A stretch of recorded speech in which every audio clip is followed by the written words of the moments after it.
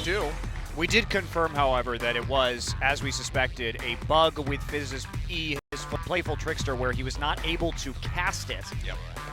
And so that is the reason behind that remake. So Azir going to be the first ban in this game. Did get picked in both the others, but KT a little bit more wiggle room on the blue side. Zilean will still be the ban for ESC. Varus. A lot of respect for Fly. And I think you do ban this against Tempt. Tempt is a very good Varus player. Absolutely. So just remove that. If they're not going to do it for you, Rise, again, the ban on the red side. So Vladimir, will KT go for that? Will the Nidalee be left up this game? These are questions, and the answer is no to the Nidalee, but possibly to the Vladimir, depending on whether ESC wants to take out the Trundle or the Sivir again. The question is Vlad something that KT want to first pick for Fly in that mid lane? Well, we won't get the chance to find out as it is banned last. And Aurelia hovered early on. Not sure if we'll see that as a first pick on blue. It is a bit possible. No, it's going to be the Sivir. Or possibly the Ashe if KT really wants that takeaway from Loken. Well, they're really playing around with it. Just go for the Draven. First pick Draven. Okay, well, they're spelling KT again. So what it is, guys, is KT, when you write it in Korean, actually has 3 syllables. It's K-E-T. And so that's what he's doing with the first syllable of these champion names. He's actually found 2 ways to do it with Kale. He's been doing Kale, Evelyn, Teemo. Yeah. Or Caitlyn, Ezreal, Teemo. These are both ways because they both have the same characters at the beginning. So that's what Someday's been doing, in case you were curious. Well, in the end of things, it will be Victor for Fly.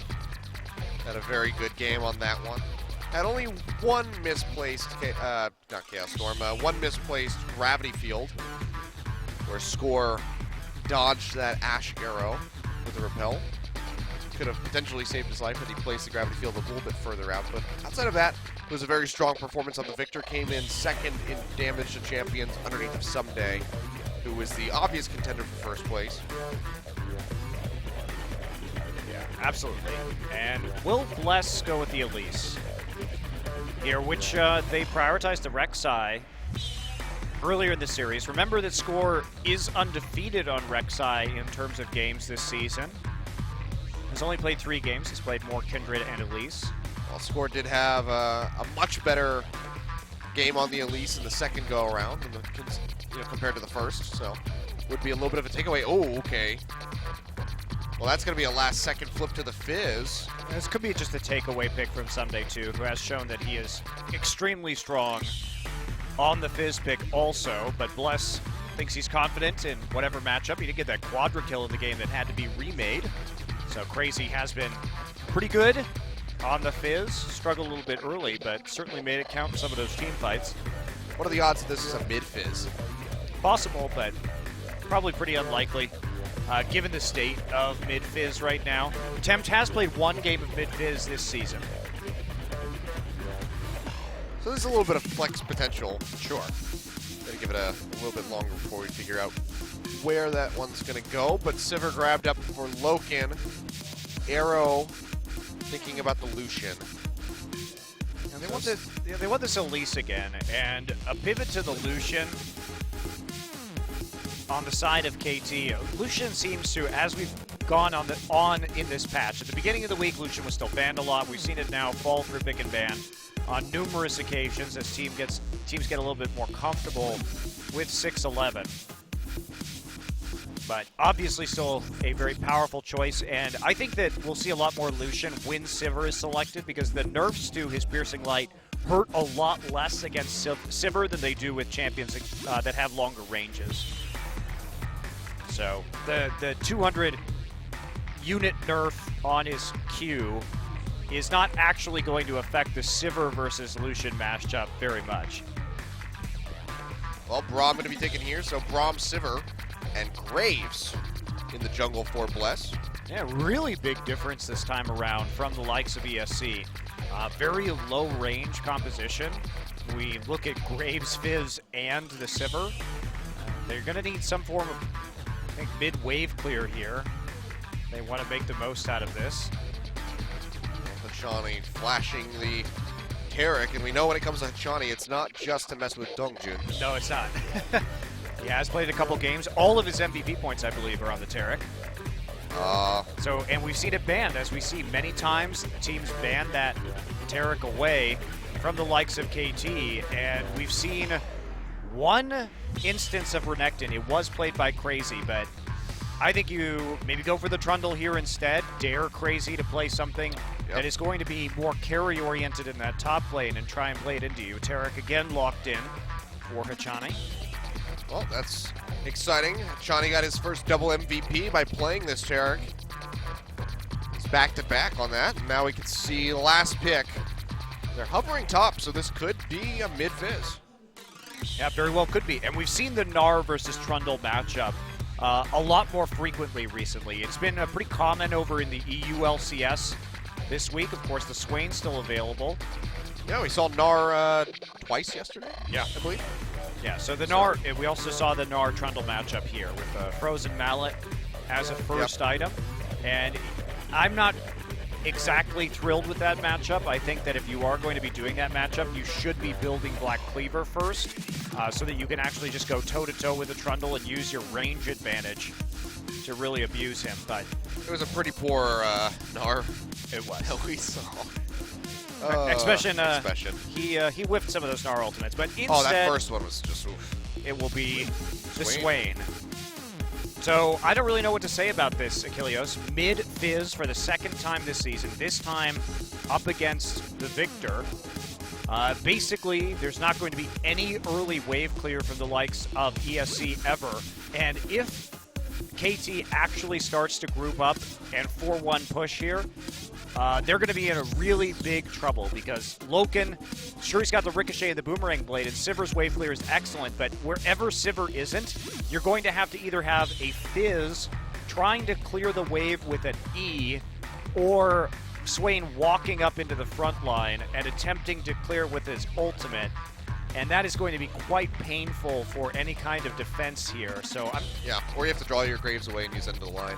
Yeah, use end of the line, use your ultimate. It's just not very pretty when we compare it to the poke that KT is going to have, because they just have to get so close to the wave that avoiding a culling or a death ray is pretty much impossible. Yeah. Well, there's a last second flip there on the summoner spells. Fly does have exhaust. So not going to have the Ghost, and not going to be able to match the mobility of Tempt on this Fizz, who's running teleport, so double TP on the side of ESC. Some playmaking potential there for sure for them. Yeah, well, they've got to run on that. They couldn't make it work in the last game. They had, 4 global abilities, 2 teleports, Gate Destiny, and a Rek'Sai. They couldn't do it. Well, see what happens. KT looking to close this out 2-0. Tarek back on the map. Let's see what happens. We get straight into game 2.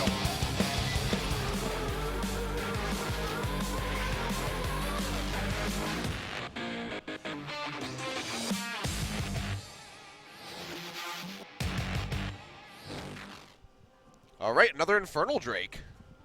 It's a spicy night here tonight.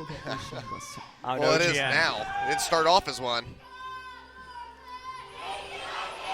Well, the KT fans are definitely here today. Yeah, they are. Getting into it now. And so one of the reasons why Fly took the exhaust is because Hachani has Ignite, and you do need to be able to deal with that.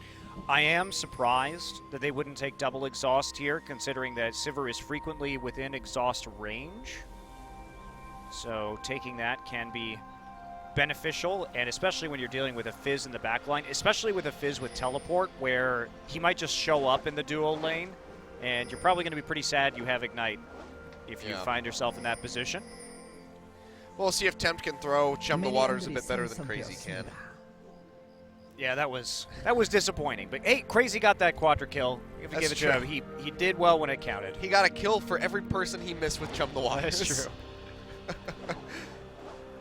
But we'll see how this one goes. Victor gonna have a bit of a hard time, getting that the Chaos Storm. Well, getting the Chaos Storm on top of him is also going to be difficult, but it's going to be the Gravity Field on top of his to try to lock him up is going to be a very difficult task. Yeah, well, what you do in this matchup, as we've seen many times before, is you just put the gravity field on yourself. Yep. If he tries to all-in you, you have a shield, you just Q him, and you just stand in the middle of your gravity field and dare him to like walk on top of you, because that's the one place you can't be. Because if he gets stunned, you can also just put the Chaos Storm on yourself. So I'm not exactly convinced that this is really the matchup that they wanted, because Victor does have a lot of answers to a Fizz all-in. Sure. Well, Hachani gonna go invade onto Bless here. Gets the stun off. The old Dazzle. Here comes Crazy. He's gonna have the E though. Can't take the red away.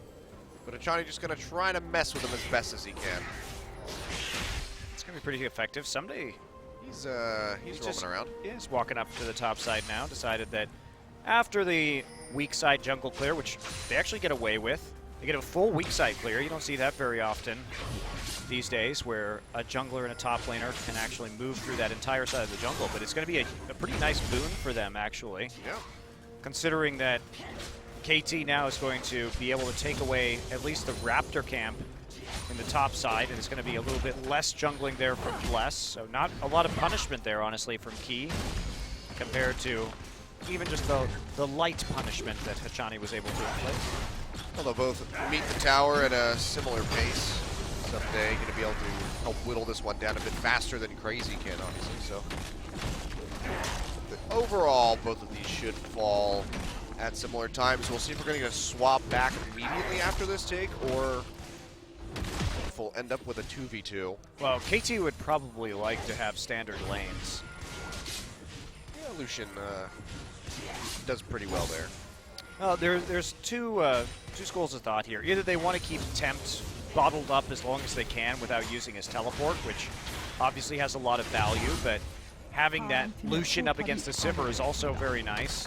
And the Swain is not going to be able to do much to the Trundle early. Someday actually, unfortunately, takes a couple of turret hits right there, as it is not quite in position for him, but he's got a really nice push back. Actually, he's just going to push it out. It was going to push back slowly towards him. However, he wants to get as much farm as he can before Key and Loken show up. Yep, well, they have that ward further up the lane, so they do see them coming in, so they'll be able to retreat out safely. Yeah, that ward is both standard and necessary. You can also see it down at the bottom side, because basically what you need there is you need the information as to whether or not there's two people coming up or just one person coming up. That's why you put it at that specific location, where if they walk into lane and the support ducks into the jungle by Krugs, you are going to see them. Typically, you'd also have a ward at the Tri-Brush, as you can see on the bottom side of the map from ESC, where they have it at both entrances. And the other ward is just in case there's somebody be coming in straight from the base gate through the jungle that you wouldn't see otherwise. Because if the enemy team just sends one player, then you can just stand here and do what Sumday's doing, except you actually farm. He is actually being very cheesy right now, but he's gotten a level advantage out of it. That is hilarious. And they may be able to make a play off of this. What's he going to do? Is he going to... No, he's going to stand at XP range. Well, they're going to see that Crazy's coming nearby. So this is risky for him. But he's getting an advantage out of it. There's no denying that. This is actually hilarious. Wow. This is some of the most creative, cheeky play. Look, KT has been very creative in their lane swaps. Most of the time it hasn't worked. It looked really dumb in Game 1 versus Rocks. It looked pretty dumb in Game 1 versus ESC, but are they finally getting away with it as we take a look at the experience bar right now? Well, he's not getting these melee ones, obviously, but the ranged. Yeah, the ranged ones he definitely is getting. Yep, bump. And he's going to be able to hit level 4 here. They don't know where he is on the map either. They have no idea where he is right now. They're probably super confused. If they decided to just check this bush, he would be so screwed, but... He actually might be able... Oh, man, if Score was here, they may be able to kill Crazy. Imagine Crazy's face as someday it just appears from this bush.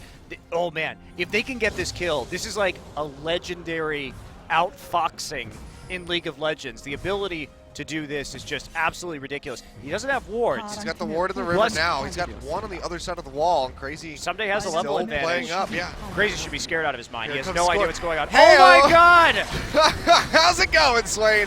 Well, he's going to flash away from the cocoon. The pillar comes down. TP is being matched. Actually got canceled out by the look of it. Interrupted by Hachani in the mid lane. who will die for it, but Hachani interrupts the TP from the Fizz. Fly not there to capitalize, but wow, what a play from Someday. That's so ridiculous. That is amazing. I mean, it's so dumb, and it shouldn't work, and you should be punished for that. And that's how I feel about all of KT's like weird lane swaps that they've been doing recently, is that I understand sort of why they're taking them, but it's like high risk, sort of low reward. Even that play was high risk, low reward because Hachani was wandering around the mid lane trying to prevent the double TP from going up. So did they really get anything out of it? No. I mean, except they get a free TP play, well, so maybe they can get something out of it now. Yeah, they're going to try to get something out of this here. He still has heal and flash for Loken. TP coming in from Crazy. He's going to have that never move, trying to land it. Flash away by Someday, though, and Loken flashes back down the lane. Arrow here to try to capitalize on the kill, but he might die for it himself. Will get locked up and goes down. That one goes over to Bless, who gets locked up by Hachani with the stun. Crazy having to retreat. There's no turret nearby. Bless goes down. Fly finding that kill. Nice. Hachani a hit away from death. Or from the stun, rather. Never move will connect on the two of them. That looks like it's going to be the end of it, but it's a 2-for-1. Arrow, the only one dying on KT. And they get Loken and Bless for it. I feel like KT, these moves that they do are just designed to confuse their opponents. I would be tilted. I would not know what was going on in this game because KT is acting so weird. And they come in again with Sunday, this time because they pushed out that top side and got the kill. They had time and pressure to actually make this play. Hachani gets there. Again, he's not level 6 yet, so he can't offer any kind of actual immunity to his teammates. But they managed to nail a couple of kills, and they nearly get a third one, too, if not for that never move. Yeah. That was very well placed. But, wow, what a play. You can see Infernal Drake taken by KT. Hachani locked up in the pit, however. That's fine. So they do get the objective for themselves, but they lose the Taric. Hachani's just sad because he doesn't have the most deaths in the league anymore. He's actually number 2, Achilleos. I need to face check more. Number 1 would actually probably surprise you. It's Gorilla. Oh, damn you. You knew that because of yesterday. I did. Yeah. I've also been paying attention. Nice. It has been surprising to see Gorilla have a pretty bad season. By Gorilla standards, who has consistently been one of the very best players in the entire world. So.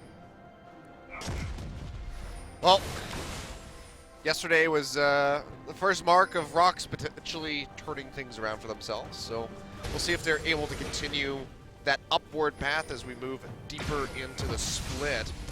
They do play against Jin Air in their next match. That'll be on Wednesday. No, Thursday. Thursday next week. That'll be a good one. So yeah, that'll definitely be a really good one. It's also going to be a major power struggle. It's going to be a battle between the team with the most deaths in the league, which is the Rocks Tigers, versus the second least deaths, which is Jin Air. And to put that in perspective, Jin Air has 88 deaths. Rocks Tigers have 203. So significantly more. Jesus, that is a divide if I've ever heard one. We can see though KT is going to force their way in onto this Tier 1 mid. He is arriving, trying to block some of these autos. Gravity Field comes down, will condense that wave. Meanwhile, Loken taking a good chunk. KT knowing that his support's not with him, they want to take advantage of that.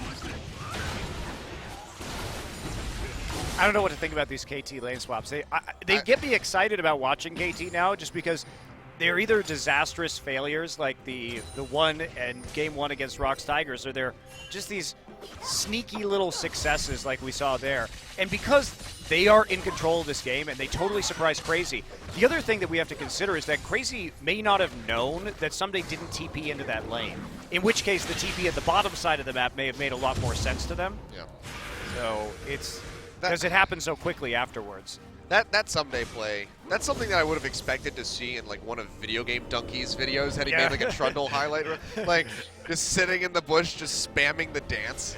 And waiting for the caster minions to die so you get XP, and then waiting forever for your jungler to come up there to kill their top laner, and then TPing and getting a couple assists in the bottom side. Yeah, it turned out to be a really good play, but what KT does is they seem to just baffle their opponents right now.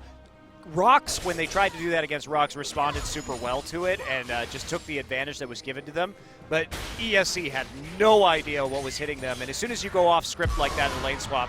Oh boy, score though. He gets slowed up, goes immediately on a repel to that Scuttle Crab. He's taking White low gets locked up on the concussive blows, but a huge burst of damage come out as Fly joins the fight. Arrow gonna find the first one as Temp goes down. Loken just having that Chaos Storm tick away on him. He's gonna go down someday. Feeling confident, just gonna tank up underneath this tower. Throws up the subjugate. Johnny will confirm the kill on the Bless.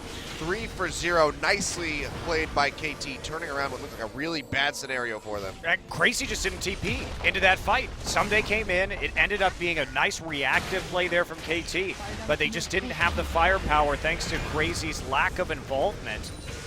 I mean, he's still working on his Rod of Ages, so all this early aggression from KT Rolster has been doing work for him. I think he's still recovering from that play.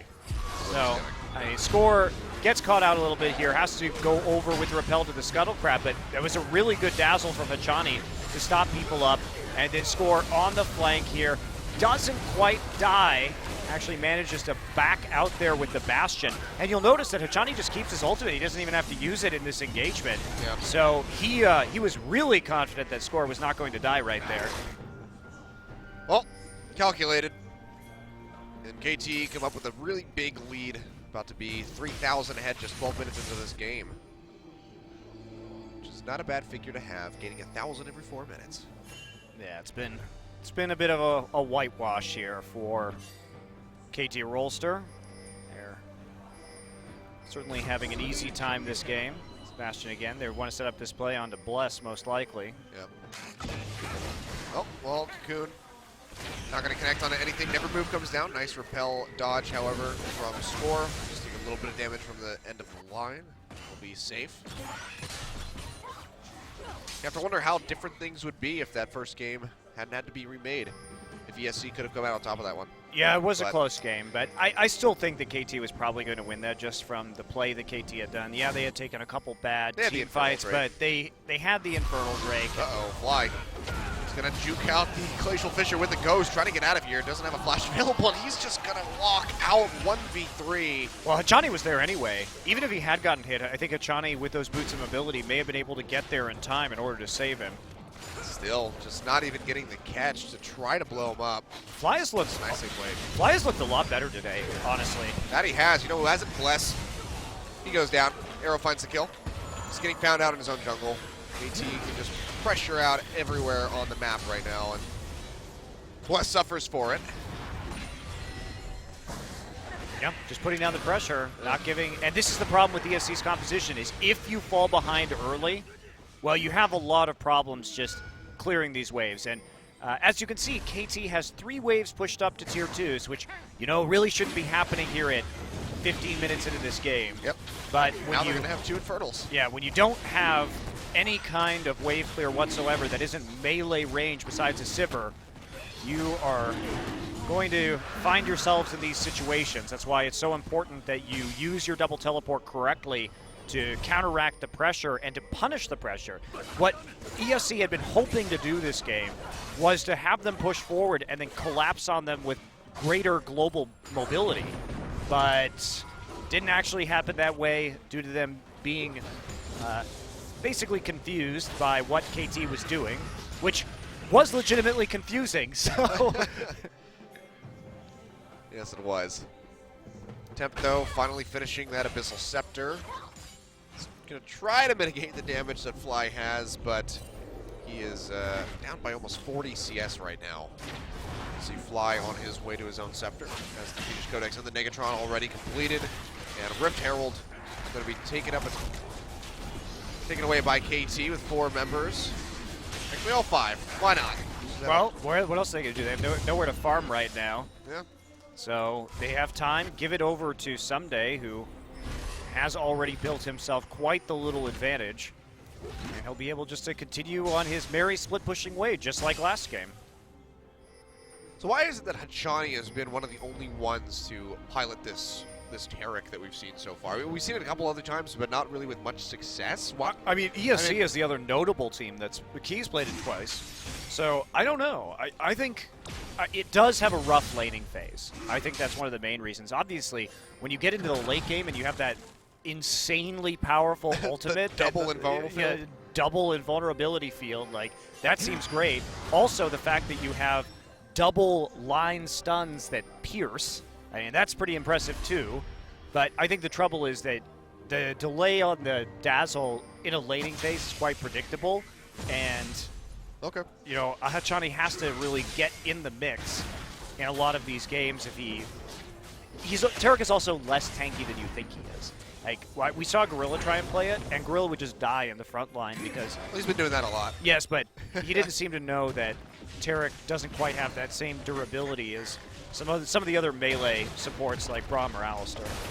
Just interesting to see that he's been one of the more untouched supports as far as all of LCK is considered. We see Wolf just spamming, people like Nami and Soraka even. Jump the Waters comes out, nicely dodged though by Score. Yet again, he's been really on point with those repels in both of these games. Kurt goes down, Chaos Storm, but on the hunt will take Loken out of range. I love how aggressive Fly's been playing. Yeah. They've missed some of the pressure from the mid lane, typically with Fly, who didn't look great last season in the spring. Came back from China, wasn't in peak form despite being, at least when he left for China, when he played on the Jin Air Stealth, a very promising up-and-coming mid laner. But in this game in particular, or this series I should say, I love how he's been putting the pressure on with the Victor. He's not afraid. Right there, he saw the spell shield go down, and he was like, well, maybe I can just one-shot her with QR. Tried his best, nearly accomplished his goal. Yeah, and he got the ultimate out of her. So, only thing that kept her alive there. Well, Loken did have flash and heal, so I guess he wouldn't have died in any scenario, but he could have gotten more summoners. Well, if he expected that burst damage to come through, that's the thing. Yeah, that is true. You have to correctly predict that one. But I like how Fly played with the Chaos Storm against the Twisted Fate in the last game. Just has been more of an active force on this team than we've seen from him for most of his professional career, at least on KT. Well, Temp's got to be trying to think about when he wants to sell this Dark Seal, because that hasn't netted him a whole lot. Yeah. Still getting pushed around as far as CS numbers go. He may not sell that just because the extra 15% sustain is nice against Lucian and Victor. Remember that people are pretty much guaranteed to get hit by poke in this game, and there isn't counter poke on the like of ESC besides Boomerang Blade. Yeah. Meaning that the Dark Seal may be worth just keeping around so that you don't have to recall quite as frequently when you find yourself in a poke situation. But this game is pretty much over right now. KT, it's looking that way, with an enormous advantage. Someday has decided to go for a Spirit Visage, actually, before completing his Ravenous Hydra. Yep, just going much more conservative this time around. Yeah, very conservative. But although it's nice though if you do scuffle and you back off, the extra healing from the Spirit Visage will be affecting your passive so that you get a little bit more. Yeah, that's very true. HP out of the tribute as the minions crumble around you. Looks like KT just want to force their way into this tier 2. That's going to be the Glacial Fissure coming out of the keep, and wow, look at him. He just vanishes under the damage from Fly. They won't be able to get the turret, but they still get that pick. Dragon's coming up in 38 seconds. KT probably just looking to hover between mid and bot and then back off and take that next Drake. Yep. Well, they have that opportunity. They can also just keep putting on the pressure here. You can see Fly with the poke, and lack of wave clear, man. This is, if you choose low wave clear compositions, that you need to get the picks early to keep people off your turrets, because if you fail to do so, this is what happens. Well, zoning Gravity Field. ESC back off, the turret goes down. And now 10 seconds on that Drake. Be damn sure that KT are going to be ready to pick it up. Yeah, or they could just, well, they might just go for this tier 2 on the bottom side. No, let's just go for the Drake. You got the one in top lane. You're going to get the one in the bottom lane eventually. Here we go, triple Infernal. Oh my god. This is just filthy. Well, they're already dead, Riot. That's one of the reasons why Fly is able to one-shot Key, although Key picking up some magic resist now. Good god. Yep, 24%. He's at 242 AD with a call. Okay, now Black Cleaver and a Yomu's. Yeah, I mean, Victor's at 337. So good lord. It's getting up there, which, 337 for 20 minutes into the game is Trundle with Tiamat good. having 208. Yeah. It's just, oh god, that's just ridiculous. Yes, it is. I can't believe they tuned that high. It does need a nerf. Like, could you imagine if a Veigar actually got ahead? Hey, new Cassiopeia can get a lot of AP too. Doesn't even have to build boots anymore. Yeah. Saves you 300 gold. Also, most Minimum. importantly, saves you an item slot. Yeah. Well, look at those pink wards, actually, as our observer shows us coming down from KT. 5 pink wards. I love the way they think at Kilios. Because as we know, those who think buy a pink, and everybody on KT is thinking. I'm telling you, you gotta brand that on a shirt. Maybe I should. It would sell. I forget what I had another shirt. I had another shirt idea when we first talked see, about. Oh, I remember. What was it? It was MSI don't work for substandard rates. Yeah. I don't think it should be on a shirt though, just because those who think buy a pink, that's just wearing it. It's not you looking at it. What I need to do is make it on like a plaque that people put above their PCs while they play League of Legends. Their mouse pad, maybe? Yeah. No, you need to more, maybe something that attaches to the top of your monitor. Like a sign that attaches to the top of your monitor. You need it in vision at all times. All right.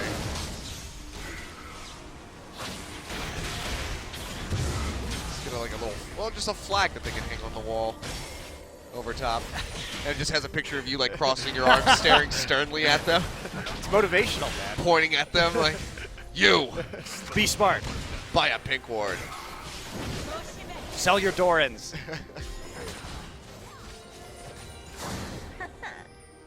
Is it 40 minutes in the game and you still have a Doran's ring? You might be an idiot.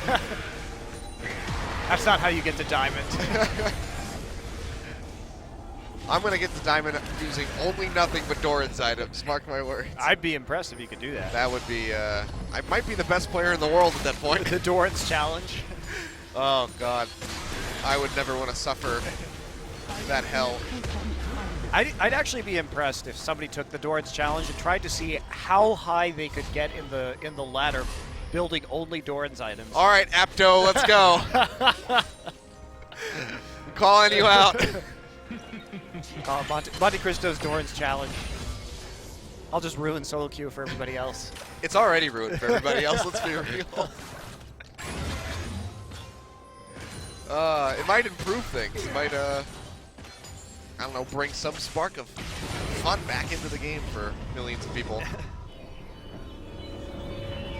We've had the stacking items full bravery challenges, but not the Dorans, full Dorans. Certainly would be an interesting style of play. I mean, really, if everybody in the game was all building nothing but Doran's items, it's pretty level playing field. Well, that's true, but it's about how far one person can make it in the ladder. Just saying, if everybody took the Doran's challenge. Probably be really long games. I'm going to wait a week. I'm expecting a tweet or several tweets with screenshots of people with all their match histories. All right, red take it away here by KT as they set up for this Baron. Still tons of pinks in the inventory. That's what we like to see. Arrow needs to go clear out the bottom wave, but then they can actually make a concerted push here for the Baron buff, which at their 10,000 gold lead should be relatively easy for them to acquire. And their 3 Infernal Drakes. I thought you were going to say Arrow needs to go buy another pink ward. It's like, he just put it down. No, he's okay. It's like, he just used it, Monty. Have It's mercy. fine. If you have it in a useful location, like where your team is trying to do Baron, you don't have to buy another pink. Yep. It's also not worth backing when you might be able to find an opening and then take the Baron. Yeah, which seems likely. Yep. They are 100 south of a 10k gold lead. Maybe they're just going to wait for the next break, actually. I don't know. This seems excessive by KT. You have 2 turrets down the mid lane. You can push it so far up. You can fall back at any time you want. There go the rest of the pinks. All right, so we are... They might just try to bait this one out. No vision. Oh, They should do Arrow and score. Yeah, they're just going to start this off. They have Fly on the other side of the pit, trying to zone them off. See how long he can keep them busy. Crazy coming around the backside. Was spotted by the pink by the red brush. Gravity kill goes down, not going to lock up Key. Bless looking for a steal potentially over the wall. KT are just going to delay this. Someday getting ready to push in. Exhaust used by Keith. Bless goes into the pit, but Baron still insanely high HP. He's going to get popped. Bless goes down. Baron confirmed double kill here for Arrow as he takes down Key. Crazy on the run. Looks like he will be able to waddle his way out. But yeah, 2 more down. Baron over to KT, and they have the end of this series in their eyes at the moment. Yeah, really a little bit more of a 50-50 than you'd like to see with a team that has a 10,000 gold advantage. Bless managing to get back into that pit with his flash. Was focused down pretty quickly. They just didn't turn on him fast enough. And so he did have a shot at it, but... Well, Chummy Waters goes out, just tickles Hachani. Now Someday just taking up in that back line, almost takes out Tempt. Gravity kill not going to lock anybody up. Arrow going to have to be a little bit careful. It's worked down pretty low here. It's going to be the inhibitor going down. Now Hachani just sticking up in that front line, trying to get a stun out, but just doesn't have the cooldown up quite just yet. So they're going to rotate down to this mid side, work this down. They also have that bot lane crashing in. So this could just be a triple inhibitor take with Baron empowered minions by KT, which is just putting the nails in the coffin here for ESC Ever. Yeah, really smooth transition. Loken's still dead, so easy 3 inhibitors. That's what you want to see. If you're KT in this situation, take it out. Don't push too far. You can go back. You can take a Drake on your way forward again. That'll be Ocean. Because why not? Now, you really don't need Ocean right now. You should just go kill them. Yeah. Better just to use your Baron buff for as long as possible and make sure that they can't keep the super minion waves too far out of their base than actually go for this Drake, because you're not going to be in a situation where this Drake is actually useful. So the one argument to take it, Achilles, is that you want to take it prior to 29 minutes so you can maybe secure another Drake in case everything absolutely goes wrong. This could be another road. No, it's going to be Mountain. Okay, so that is a justification for doing that while the rest of your team recalls. Really need that Mountain Drake to take out those Nexus towers. Hey, that's a smart play. You want to make sure you give yourself the highest odds of winning, and if everybody else is back, yes, it delays this push just a little bit. Yes, they get an opportunity, especially in that bottom wave, to push out the double super minion waves. It delays your Baron buff, but I think ultimately if you're going to make that conservative play, then you should, that is a smart way to deal with things. Yep. See Someday having 0 worries whatsoever as he just roams up to that top side to continue the double minion wave push. And this is basically the Alamo now for ESC. We'll see if they're able to do anything to delay this game even further. Plus already getting chunked out. Chaos Storm comes down. Key just completely locked up, and he's going to be the first one that falls. Arrow finds the kill. Temp sitting in the Zonias. Doesn't have much of anywhere to go. Flashes away. Will be able to use the Troll Pole to get out, but Crazy goes down on the other side of the spectrum. Fly finding that kill. Now Bless goes forward, dies immediately. Loken will barely be able to retreat, but the Nexus goes down. Someday finishing it off. And that is going to be the end of the game, a 2-0 for KT Rolster. Second game ending in sub 30 minutes. Yeah, what a tricky play there by Someday, and KT really bolstered by the triple Infernal Drake that they were able to get early. Sort of unlucky there for the likes of ESC, considering the woes that they had in the early game were only magnified by the dominant Drake control that then turned out via RNG to be 24% extra damage. There's basically no hope in that situation. Like, you can't come back from that. Yeah. Rough stuff